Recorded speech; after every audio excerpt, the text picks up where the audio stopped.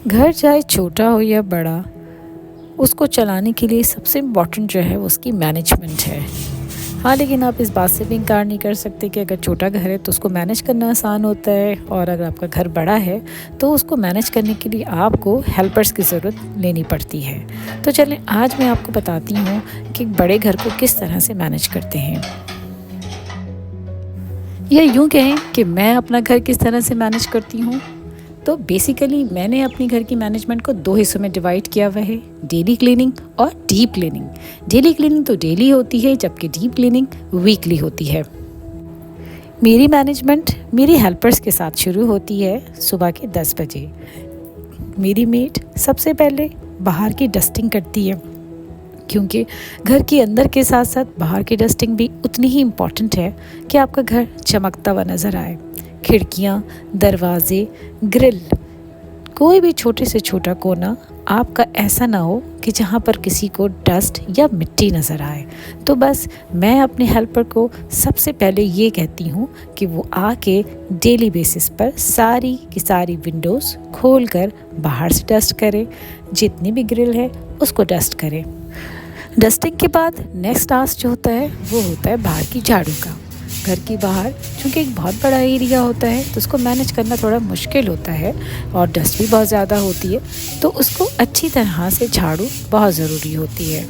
झाड़ू daily basis पर हर जगह से, गमलों के बीच में से, या वो जगहें जहाँ पर कचरा जमा हो जाता है वो डेली वहाँ से कचरा निकाले, ताकि मेरा घर बाहर से भी उसी तरह से चमकता हुआ नज़र आए जिस तरह से घर के अंदर से होता है। झाड़ू जो होती है वो घर की सफाई में एक बहुत इम्पॉर्टेंट रोल प्ले करती है। घर का बाहर अगर आपका साफ़ है तो लोग इसी से अंदाज़ा लगाते हैं कि आपका घर अंदर से कितना साफ़ नज़र आता है। ये डेली क्लीनिंग आपकी डीप क्लीनिंग में हरगिज़ नहीं आती है, क्योंकि झाड़ू वो चीज़ होती है जो डेली लगना ही लगना होती है।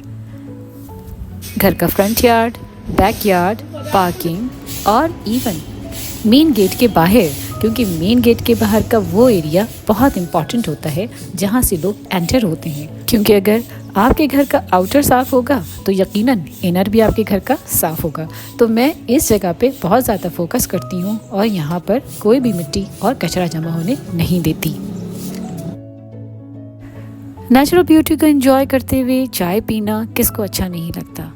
तो मैं अपनी लॉन के सामने इस सीढ़ियों पर बैठकर अक्सर इवनिंग में या तो कोई बुक पढ़ती हूँ या अपनी अच्छी सी चाय को एंजॉय करती हूँ। तो इसीलिए ये मेरी सीढ़ियाँ जो हैं लॉन के सामने, मैं इनको ना सिर्फ डेली झड़वाती हूँ बल्कि इनको डेली बेसिस पर मैं पानी से वॉश भी करवाती हूँ, ताकि ये बिल्कुल साफ़ सुथरी रहें और किसी भी वक्त कोई भी घर का फैमिली मेम्बर यहाँ बैठ के ना सिर्फ अपनी इवनिंग को एंजॉय करे बल्कि उसके साथ साथ कोई भी अपना स्नैक भी अच्छी तरीके से एंजॉय किया जा सकता है। तो ये मेरी डेली क्लीनिंग का एक बहुत इम्पॉर्टेंट पार्ट है। वेल मैनेज हाउस और डीक्लटरिंग से बचने के लिए धुले हुए कपड़ों को डेली उठाना और उनको प्रॉपरली उनकी जगह पे रखना भी बहुत ज़रूरी होता है। ज़रूरी कपड़ों को डेली धोना ये डेली रूटीन में है, और अगर कपड़ों का हीप जमा हो जाए तो उसको वीकली रखा जाता है, यानी कि ये आपकी डीप मैनेजमेंट में आता है।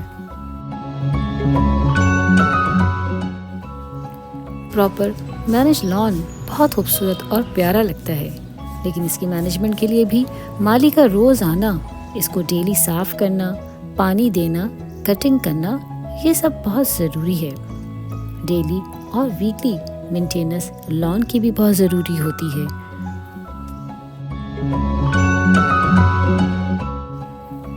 बाहर की सफाई ख़त्म हो जाए तो मेरा नेक्स्ट टारगेट इंटरनल क्लीनिंग होता है, यानी पहले डस्टिंग जो डेली रूटीन है और अनअवॉइडेबल है।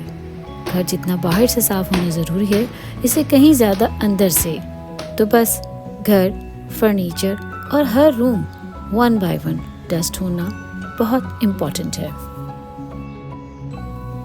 मैं अपनी हेल्पर के साथ इस बात को यकीनी बनाती हूँ कि घर का कोना कोना साफ़ हो और वेल ऑर्गेनाइज्ड हो। जब तक डस्टिंग का काम अपने इख्तिताम को पहुँच रहा होता है, मेरी दूसरी हेल्पर्स आ जाती हैं जो किचन, बर्तन, कपड़े, झाड़ू और दीगर काम निपटाती हैं। घर का झाड़ू पोछा सफाई से हो और घर का सारा कचरा घर से बाहर निकाल दिया जाता है। फिनाइल डालकर पूरे घर और किचन को साफ किया जाता है।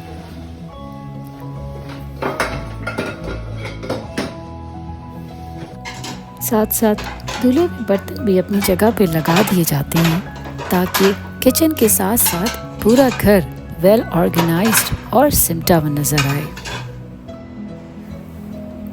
डेली क्लीनिंग के बाद डीप क्लीनिंग जो वीकली बेसिस पर, जी हाँ, यानी कि कपड़ों का हीप डेली वॉशरूम से कलेक्ट करना और हर जगह से जमा करके वॉशिंग मशीन तक पहुंचाना, और वीक में 2 या 3 यानी जो भी डेजिग्नेटेड डेज होते हैं वहाँ पर कपड़ों को धोना।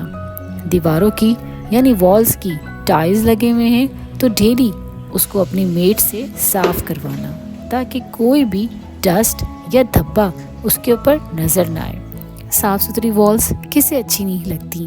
घर के अंदर अगर आपकी दीवारें झिलमिलाती हुई हों और इनके ऊपर कोई भी निशान या धब्बा ना हो तो आपका घर बहुत ही ज़्यादा प्यारा और अप टू डेट लगता है।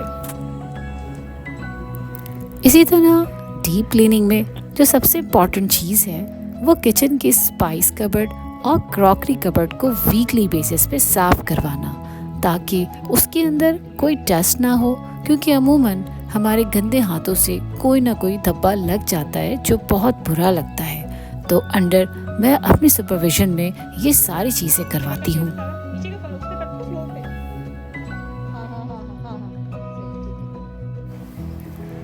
किचन का हर कैबिनेट और हर ड्रॉ वीक में एक दफ़ा तो ज़रूर साफ़ होनी चाहिए, क्योंकि चाहे कुछ भी कर लें आप, कॉकरोचेस तो आ ही जाते हैं। तो इस तरह से डीप क्लीनिंग होने से कॉकरोचेस के आने के इम्कानात कम हो जाते हैं, और डेली अगर वहाँ पर आप कोई मेडिसिन लगा दें तो इस तरह से आप कॉकरोच को भी अवॉइड कर सकते हैं। किचन के साथ साथ रूम्स के अंदर भी कबर्ड्स के ऊपर की सफाई, फैंस की सफाई और इसी तरह से वॉल्स को प्रॉपर साफ़ करना, जाले उतारना और कोने कोने साफ़ करना, ये भी डीप क्लीनिंग का हिस्सा है। तो ये थी मेरी मैनेजमेंट अपने घर को लेकर। मैं अपने घर को इस तरह से मैनेज करती हूँ, क्योंकि जब आप अकेले हों, आपके ऊपर काम का बर्डन हो, तो आप काम को इसी तरह 2 हिस्सों में डिवाइड करते हैं, डेली और वीकली। ना सिर्फ मैं अपनी मेट्स की हेल्प लेती हूँ बल्कि मैं ख़ुद अपने घर में इन्वॉल्व होती हूँ, तो मेरा घर बिल्कुल अप टू डेट और चमकता हुआ रहता है। कैसी लगी आपको मेरी वीडियो? अगर अच्छी लगी हो तो कमेंट बॉक्स में ज़रूर बताइएगा। लाइक, शेयर और सब्सक्राइब कीजिएगा, और सबसे इम्पॉर्टेंट ये ज़रूर बताइए कि आप मुझे कहाँ से वॉच कर रहे हैं। तो चलें, मिलते हैं नेक्स्ट वीडियो में। टिल देन, अल्लाह हाफिज़।